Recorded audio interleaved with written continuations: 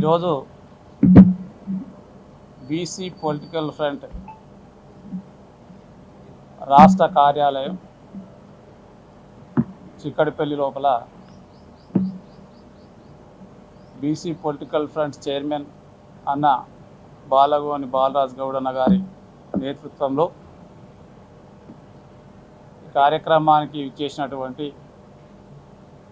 BC political front conveners Aili Venkanna Goud గారు, బైరు శేఖర్ గారు, అంబాల నారాయణ గారు, ఎలికటి విజయ్ కుమార్ గారు, అదేవిధంగా అన్న వెంకటేష్ గౌడ్ గారు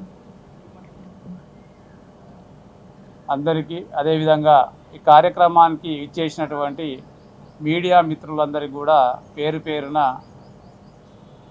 బీసీ పొలిటికల్ ఫ్రంట్ తరఫున హృదయపూర్వకంగా అభినందనలు తెలియజేస్తూ, ముఖ్యంగా ఈరోజు ఈ మీడియా సమావేశం సందర్భంగా కేంద్ర ప్రభుత్వము చాలా గత 2-3 రోజులుగా మహిళా బిల్లు పైన చాలా తర్జన భర్జన చేస్తూ ఉన్నారు. 33% మహిళా బిల్లు ఆమోదం పొందినప్పటికీ ఈ దేశంలో మహిళలు కూడా సమానమైనటువంటి అవకాశాలు విద్యా, ఉద్యోగ, ఆర్థిక, రాజకీయ రంగాలలో సమానమైనటువంటి వాటా ఇవ్వాలనేటువంటి ఆలోచనతో గత 30 సంవత్సరాలుగా పోరాటం చేయంగా మహిళా బిల్లు అనేది రూపుదిద్దుకున్నది.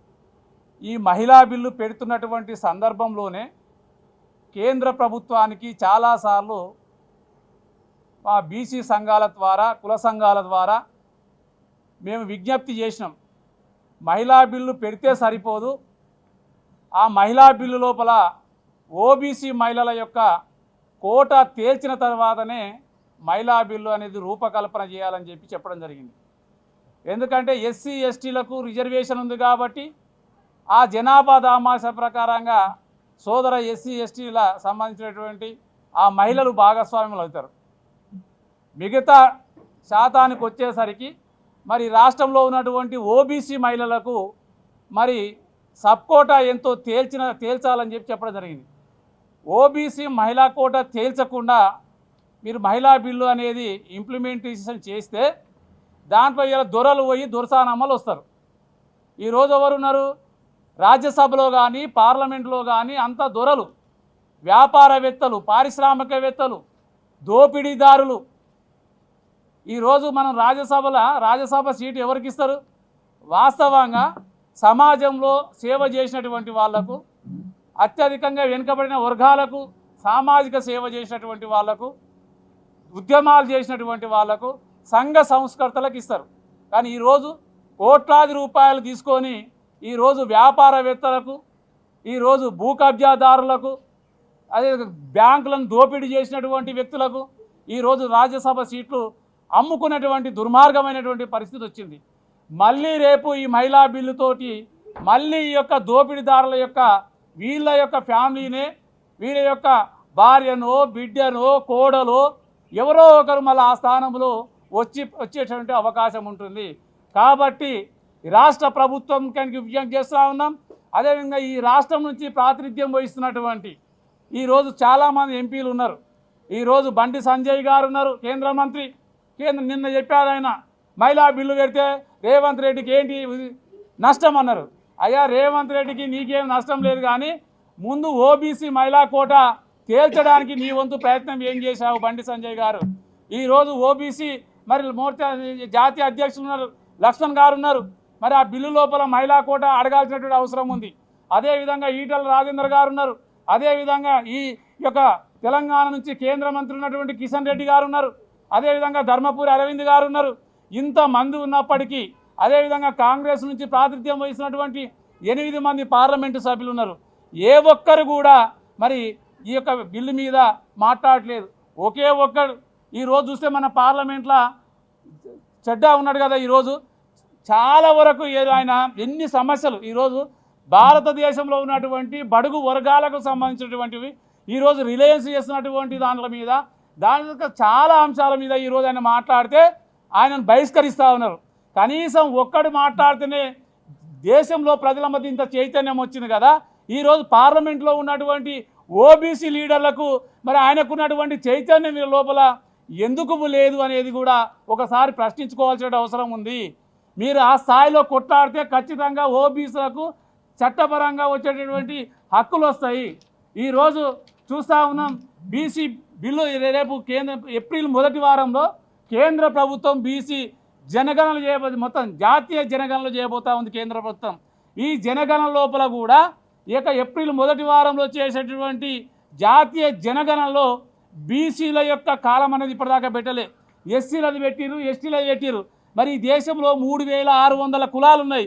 ఈ కులాలను యొక్క మరి జనాభా ఈరోజు గౌడు కానీ, ముదురాజు కానీ, మున్నూరు కాపు కానీ, రజక కానీ, నాయి బ్రహ్మ కానీ, విశ్వకర్మ కానీ, చేనేత కానీ, ఈరోజు సబ్బండ వర్గాలు, ఈరోజు అదేవిధంగా ఎంబీసీ కులాలు ఉన్నాయి, ఈరోజు సంచార జాతులు ఉన్నాయి. ఈరోజు మరి వాళ్ళ యొక్క కులాల వారిగా లెక్కించినప్పుడే ఈ దేశంలో ఏ కులం ఎంత నిష్పత్తి ఉందో ఆ జనాభా దామాష ప్రకారంగానే రాబోయే రోజుల్లో విద్యలోనైనా, అదేవిధంగా ఉద్యోగాలలోనైనా, రాజకీయంలోనైనా, పారిశ్రామికలోనైనా వాటా కల్పించాల్సిన అవసరం ఉంటుంది. మరి ఆ విధంగా రేపు ఏప్రిల్ మొదటి వారంలో కులగణన చేస్తామంటారు. ఏ విధంగా చేస్తారు? జాతీయ జనగణనలో మా యొక్క వాటా లేకుండా, మా యొక్క కాలం అనేది ఏర్పాటు చేయకుండా ఏ విధంగా మరి జనగణన చేస్తారో కేంద్ర ప్రభుత్వం చెప్పాలి. ఖచ్చితంగా ఈ పార్లమెంటు సమావేశాలు ముగిసే వరకైనా ఈ ఓబీసీ పార్లమెంటు సభ్యులు ఎవరైతే ఉన్నారో వాళ్ళు పార్లమెంటు మీద ఒత్తిడి చేసైనా, అవసరం అనుకుంటే పార్లమెంటు స్తంభింపజేసైనా బీసీలను కులాల వారీగా లెక్కించాలని చెప్పేసి డిమాండ్ చేయాల్సిన అవసరం ఉంది. ఆ డిమాండ్ చేయకుండా ఏదో తూతూ మంత్రంగా జర్నల్ ఎందుకు పెడతారా? అసలు బీసీ జర్నల్ ఎందుకు పెడతారు? ఈరోజు ఎస్సీలను గుర్తిస్తారు, ఎస్టీలను గుర్తిస్తారు, మైనార్టీలను గుర్తిస్తారు. బీసీల విషయానికి వచ్చేవరకల్లా జర్నల్ అంటారా? జర్నల్ కాదు, బీసీలను కులాల వారిగానే ఖచ్చితంగా లెక్కించాలని చెప్పేసి ఈ సందర్భంగా మరి కేంద్ర ప్రభుత్వానికి డిమాండ్ చేస్తూ ఉన్నాం. అదేవిధంగా మొన్ననే రాహుల్ గాంధీ గారు వచ్చిపోయినారు రాష్ట్రానికి. వచ్చినటువంటి సందర్భంలో బీసీ రిజర్వేషన్లను 42% రిజర్వేషన్ల మీద ఈ పార్లమెంటు స్తంభింపజేస్తామని చెప్పి చాలా గొప్పగా చెప్పారు. ఇక్కడికి వికారాబాద్ వచ్చి వాళ్ళ యొక్క కార్యక్రమంలో, పార్టీ కార్యక్రమంలో పాల్గొన్నప్పుడు మరి 20 రోజులు అవుతుంది పార్లమెంటు సమావేశాలు మొదలై ఇప్పటి వరకు 42% రిజర్వేషన్ల మీద ఉలుకు లేదు, పలుకు లేదు. రాజ్యాంగం పట్టుకొని దేశమంతా తిరిగితే సరిపోదు రాహుల్ గాంధీ గారు. అసలు మీరు ఇచ్చినటువంటి మాట ఏంది? మీరు చేస్తున్నటువంటిది ఏంది? ఇలా మిగతా రాష్ట్రాల్లో ఎన్నికలు జరుగుతూ ఉన్నాయి. ఈరోజు బీసీల పక్షాన, ఓబీసీల పక్షాన మీరు మాట్లాడకుండా పార్లమెంటులో బీసీలకు 42% రిజర్వేషన్ ఒక తెలంగాణ రాష్ట్రంలో ఆల్రెడీ కుడగానే చేశారు. చట్టపరంగా, న్యాయపరంగా ఎన్ని అడ్డంకులు సృష్టించా కానీ దానికి లోబడి ఈరోజు యొక్క బీసీ కులగణన చేయడం జరిగింది ఇక్కడ. మరి చేసినటువంటి కులగణన తమిళనాడు తరహాలో మేము బిల్లు పెట్టమని చెప్పాం, ఇప్పటి వరకు పెడతలేరు. ఈ రాష్ట్ర ముఖ్యమంత్రి దాని మీద ప్రస్తావన లేదు, ఉన్నటువంటి బీసీ మంత్రులు దాని మీద ఎలాంటి ప్రస్తావన లేదు.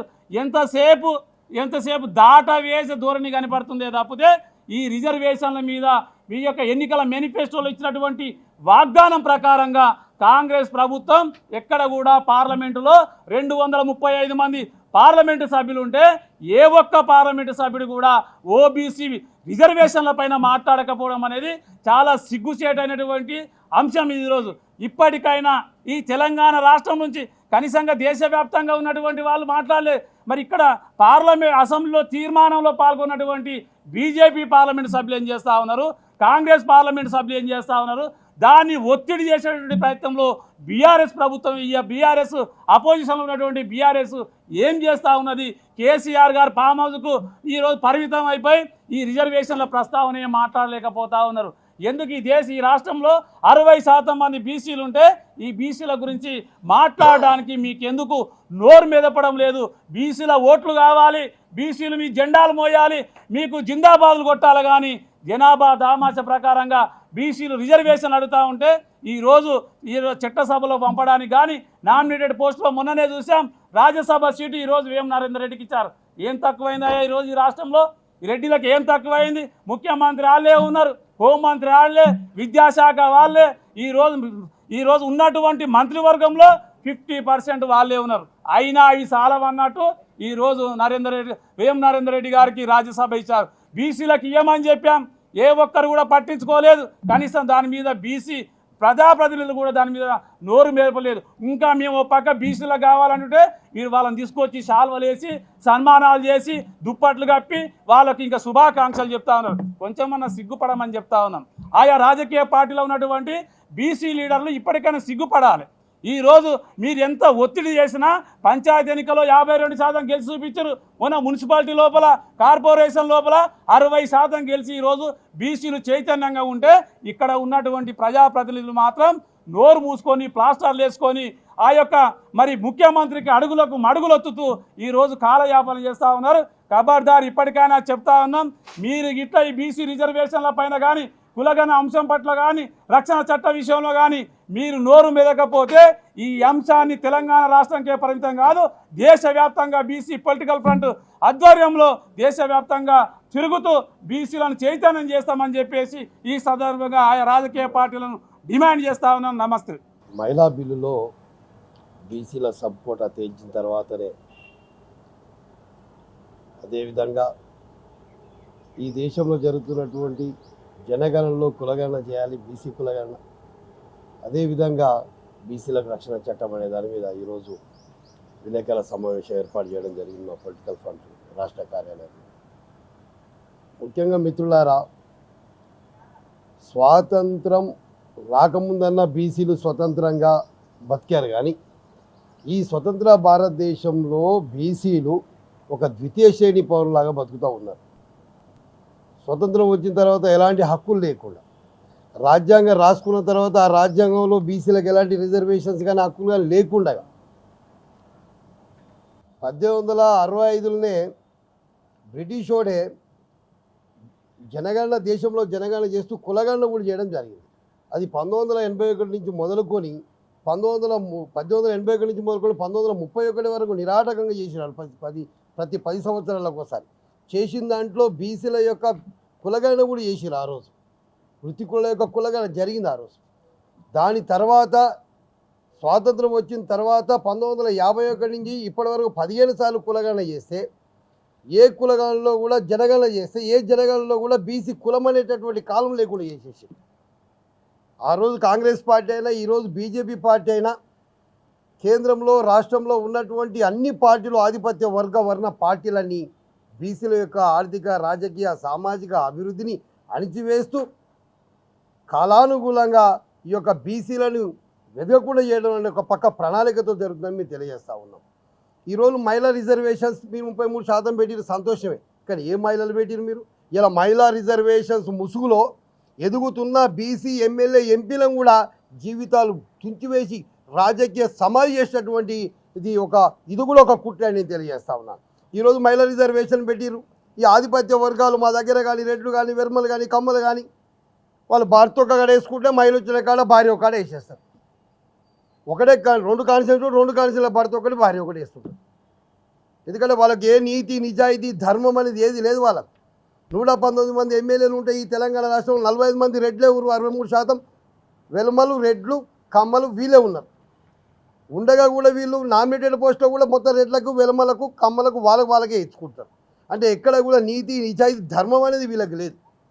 కావున బీసీలు కనుక చైతన్యమై బీసీలకు ఓట్లు వేసుకోకపోతే, బీసీలకు రాజకీయ చైతన్యం రాకపోతే, బీసీలు ఐక్యం కాకపోతే, బీసీలు రాజకీయ సంఘటిత శక్తిగా మారకపోతే, బీసీలలో రాజకీయ సోయి లేకపోతే బీసీ సమాజం మొత్తం అట్టడులో కానీ పూర్తిగా అణిచివేతలో గురైపోయింది.